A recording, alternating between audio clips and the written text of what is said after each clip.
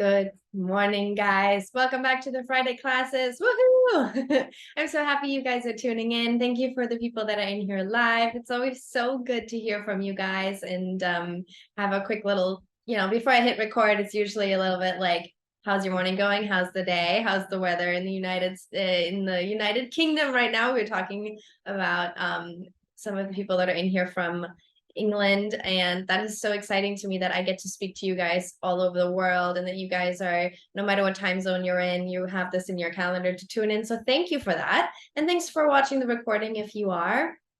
Yeah, what are we talking about today? Today is a little bit more of an energetic topic. It is how to become confident in your work. So I know sometimes I give you guys a lot of tactical input, but when I was thinking about what I really want to talk about, this popped into my mind because I think the attitude with which we show up in no matter what we're pursuing in our career changes everything. And also the way that we see ourselves, the way that we view ourselves affects all of the results that we end up seeing, in our reality. And in my own personal career, a shift in identity always ended up making the biggest difference in the kind of opportunities that I saw coming my way. And I think they always go hand in hand, our tactical approaches, as well as the way we feel about it. And I don't know about you guys, but after I graduated college, I went to college for photography, and I started building my own business and freelancing. All of a sudden, I was all alone with assessing whether I was content with what I was doing, and sort of judging my own work and having a certain quality control for what my expectations were for myself came with a lot of pressure as well. I don't know if you guys ever feel like that. If you do, maybe give me a little thumbs up or something with it. You can use the little there's a reaction button here. Yeah, I see some comments here in the comment section. Andrea says, yup. Noelia says, yes, definitely. Okay, so great. I'm not the only one.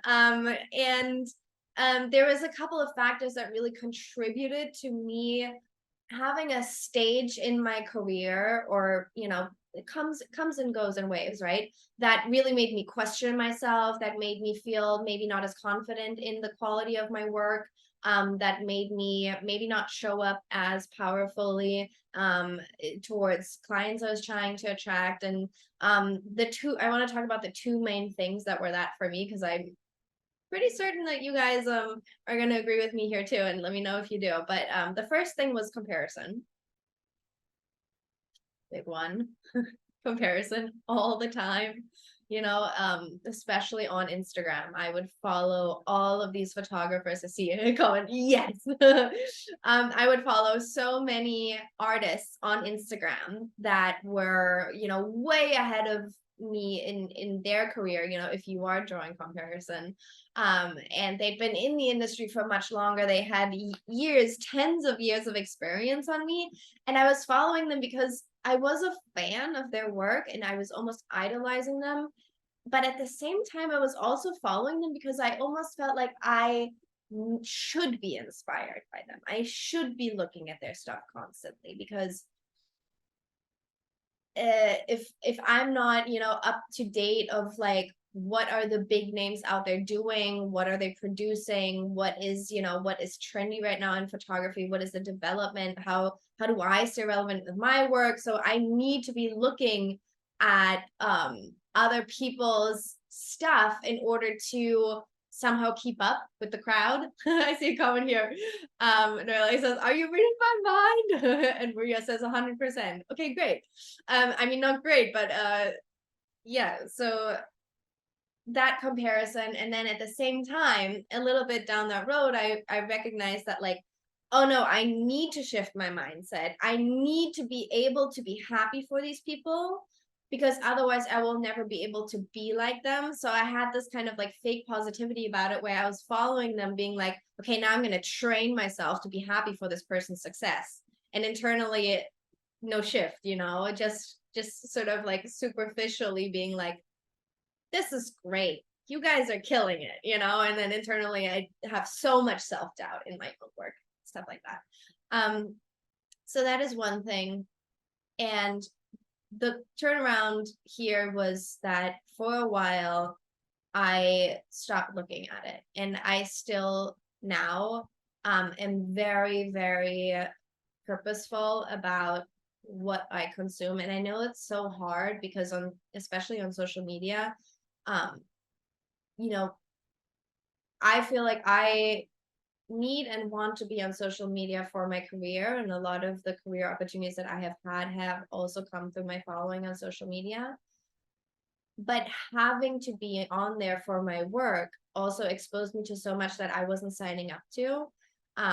So my solution for that as of currently was just to not look at it and unfollow all of these accounts that I'm absolute fan of these photographers, but for the sake of my own energy, just for a little while, I decided that if I can't focus on myself, then I shouldn't be consuming anything from anybody else.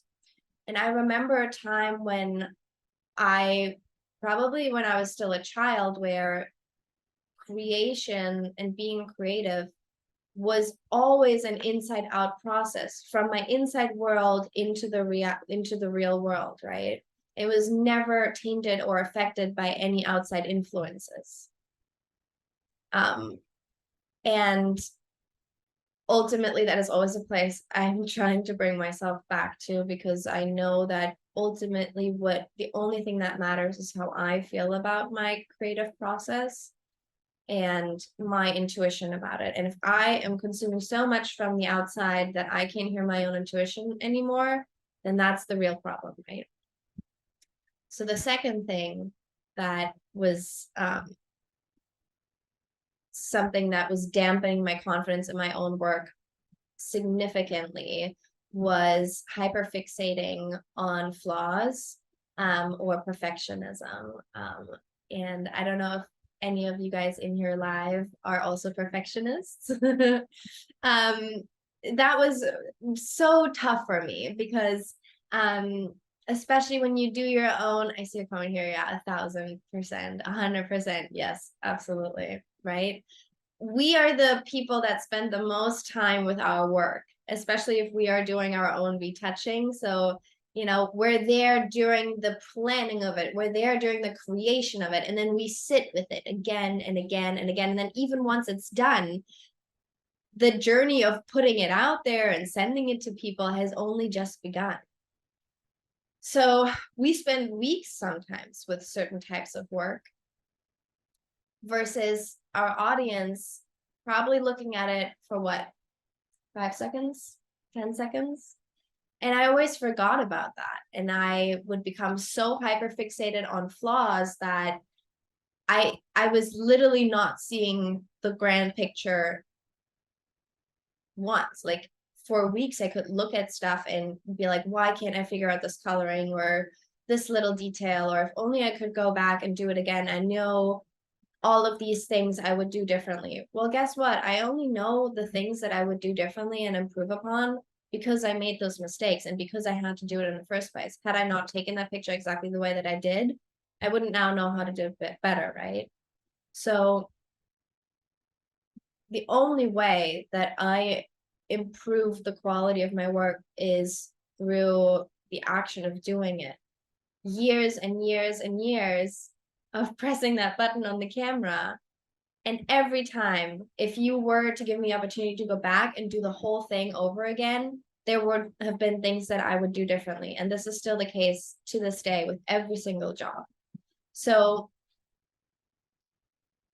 stop looking at your learning curve as mistakes. There are no mistakes. There are just learning opportunities, right? And perfectionism, when we talk about perfectionism, what is perfectionism? Perfectionism is a safety mechanism. Perfectionism is something that tricks you into thinking that you are keeping yourself safe. If only I'm perfect enough, then I can't get judged for it, or then I can guarantee that my career will be a success. If only I become perfect enough, then at least I know I will have done everything in my capability to make this work for myself. And I know how much pressure a lot of us have behind making our dreams a reality. This is that is one of the toughest things about choosing to make your passion your life's purpose in your career. Maybe not your life's purpose, but definitely your career, a large chunk of your life being dedicated to this. So, the hurdle might not be a boss that is annoying us, but it's us standing in our own way. I see a comment here. Sometimes I don't post my work because I'm scared it's not perfect. But then I show it to my friend and she's like, it's great. Hashtag sabotage. Yes, I do that too. And you know what? The only thing is that helps with that, like, honestly, you guys, 90% of the posts you see on my social media, my initial instinct is, oh, this is cool. I want to share this. And then all the thoughts kick in that are like, oh, but maybe you shouldn't. Or what if somebody sees it this way? Or what if somebody thinks this and this about you if you post it this way? Or nah, it's not expressive of what I'm actually capable of. Like, I know I can do better than that. So if I post something that is less than absolute, like the height of my abilities, then people will think less of me, or clients will think that that is only as good as I get. And it's not good enough, you know? So I know that thought process. The only thing that helps is do it anyways. And perfectionism in that sense is also, oh, then I won't get judged ever. Well, guess what? You can have the most perfect whatever. And there's people that hate nothing more than perfection. They're going to look at it and they're going to be like, that's so perfect. I hate it. So it really is an illusion that listening to any sort of perfectionism is helping you in any way, shape, or form. And I know how tricky that is when we have really high expectations to ourselves. But on the flip side to that, the most positive thing you can draw out of your perfectionism is recognizing that you care. Because what is perfectionism? Perfectionism is a fear. What do our fears show us? Our fears show us our deepest desires. And one of the deepest desires behind perfectionism is knowing that you have such incredible capabilities. And take a second and recognize that for yourself. Recognize that there's a voice inside you that knows that you can do better and better and better. And you can probably, in your head and internally, there's a little voice that is already 10 steps ahead of you because you know you're going to get there one day. But then you look at your current work and it frustrates you because it's not reflecting what your internal compass is telling you you're capable of. How amazing is that? And it's only a question of time and of doing it again and making learning experiences like you are doing every single time you pick up a camera in order to get there. If I showed my 10-year-old self some of the photos that I've recently been taken, my 10-year-old self would flip out and be like, I can't believe we created that. So, and I know how tricky perfectionism is, but just know that that is just a way of us tricking ourselves into thinking that, oh, if I'm only perfectionistic enough, I'll work harder, or I'll always have that quality control. Ultimately, all the things that we criticize in our work, 99% of the people that look at our work, they don't see it. And this might not be, the most ethical in terms of release of ego, but sometimes what I have to tell myself is that there's photographers out there that I know my quality of production is higher than theirs, and yet they are still more successful with their work. Why is that? Probably maybe because they believe in it a little bit more than I do. So just think about that. And when it comes to motivations, you can always, sometimes it helps to look at towards motivation and away motivation. Perfectionism is an away motivation. Fear is an avoidant motivation. You're trying to avoid pain that you are projecting into your future. rather than taking that energy and focusing on all of the things that you're proud of yourself for, recognizing how far you've already come, and then allowing yourself to go at it again and again and get better every single time, and allow yourself to make mistakes. And that is an ego thing, you know, because letting others observe us making mistakes, we're trying to prevent that from happening. But why? Because we are trying to uphold this version that we think other people think we are. That is so twisted. And I do too. We all do it. We all have an ego about our work, especially if we're passionate about it and we care. But it's robbing us of things that are so precious. Our energy, for example, or our joy, our enjoyment, our pride, our, you know, our gratitude towards ourselves. So it really is a thing of how gentle, how tender, and how kind can you be with yourself in those moments. And it's a practice. I'm still practicing too, you know. I hope that resonates with you guys. And give you guys just a second to take that in. See a comment here. It's crazy how perfectionism will not let me charge more for work and been doing it for years. And then I see someone who picked up a camera a year ago and is charging crazy money. And don't get me wrong, good for them. But why are we like that? I feel ladies especially struggle with it. Yes. I think, especially if you were raised female in this society, and I know most of my target audience is female, that is also an illusion that gets sort of projected onto us, is that there's a perfect version of who we are and what we put out there, and the kind of detail orientation that is required, especially of females. And that in and of itself is also this illusion of, oh, I'm keeping myself safe, I'm keeping myself adapted to expectations around me, I am catering to the expectations around me, rather than maybe being a little bit clumsy and just going for it, you know. And I always get this vision of like a little boy that will run head first and stumble and figure it out as he's going, you know, rather than somebody who's poised and thinks everything through and tactical and whatever it is that, you know, might be something that you were taught how to operate, rather than being instinctual about it.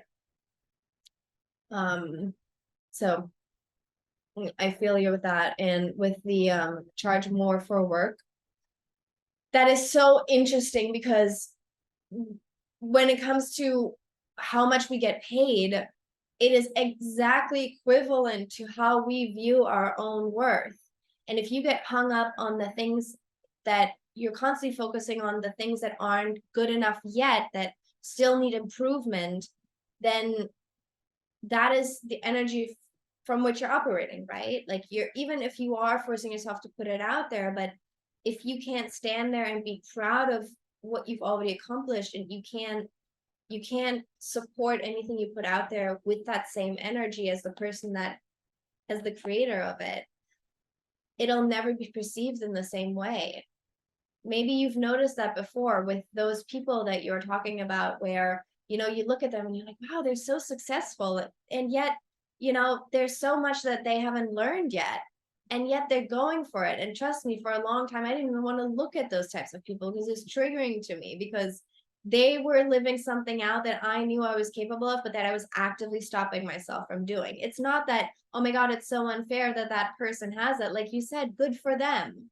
But there's a little part inside of us that, you know, we've put away, we've tucked away into the basement, because we have convinced ourselves that we're not allowed to do that. We're not allowed to be that person for whatever reason. And that belief once served us, it once kept us safe, you know. Like for me, for example, it might have been, oh, I'm not allowed to not have everything thought through and just go for it and wing it, because that is too naive. It's too rambunctious, and I don't get to be that person. So whenever I see, especially somebody that I can identify myself with a little bit, especially, for example, somebody that was also raised female, and I see that that's exactly what they're doing, it like irks me, right? Because subconsciously, that little part of me that I have tucked away into the basement wants nothing more than to be given my permission to also do that, because it is truly who I am.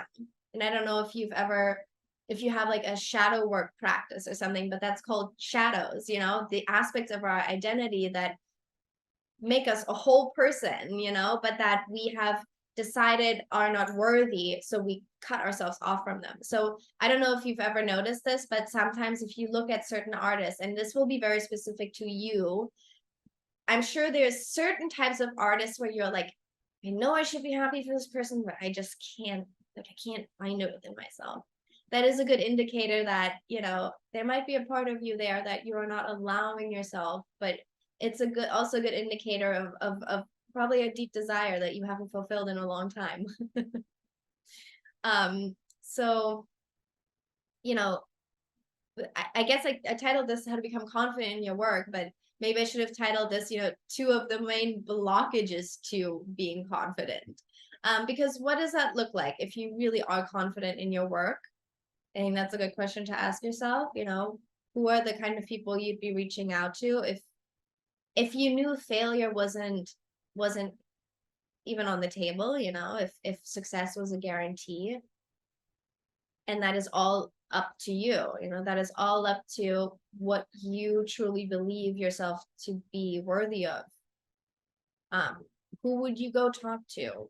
What would you be posting? Would you constantly be checking for validation too? From what areas are you hungry for validation, and where are you not giving yourself enough validation? And trust me, guys, I'm also that type of person that, I don't hang up any of my work in my house, because if I have to look at it every day, then I definitely won't enjoy it. I'll look at it and I'll be like, I could probably put it up for a month.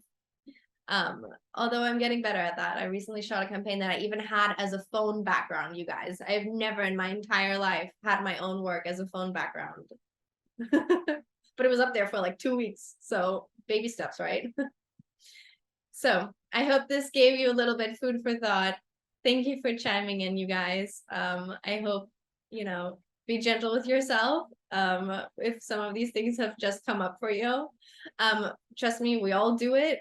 And the good side of it is that it shows us that we care to be the best versions of ourselves. But isn't that enough? Like, we can stop torturing ourselves now. Yes, guys, exchange Instagrams. I see here somebody wants to look at each other's work. I would love it for you guys to have an exchange. I see a comment. That's great, Sophie, and thank you for the session, all that you share. Thank you. Thanks so much, Sophie. Thank you guys for tuning in, and stay tuned for next week, Friday. We'll be back with another topic, and I love you guys so much. Bye.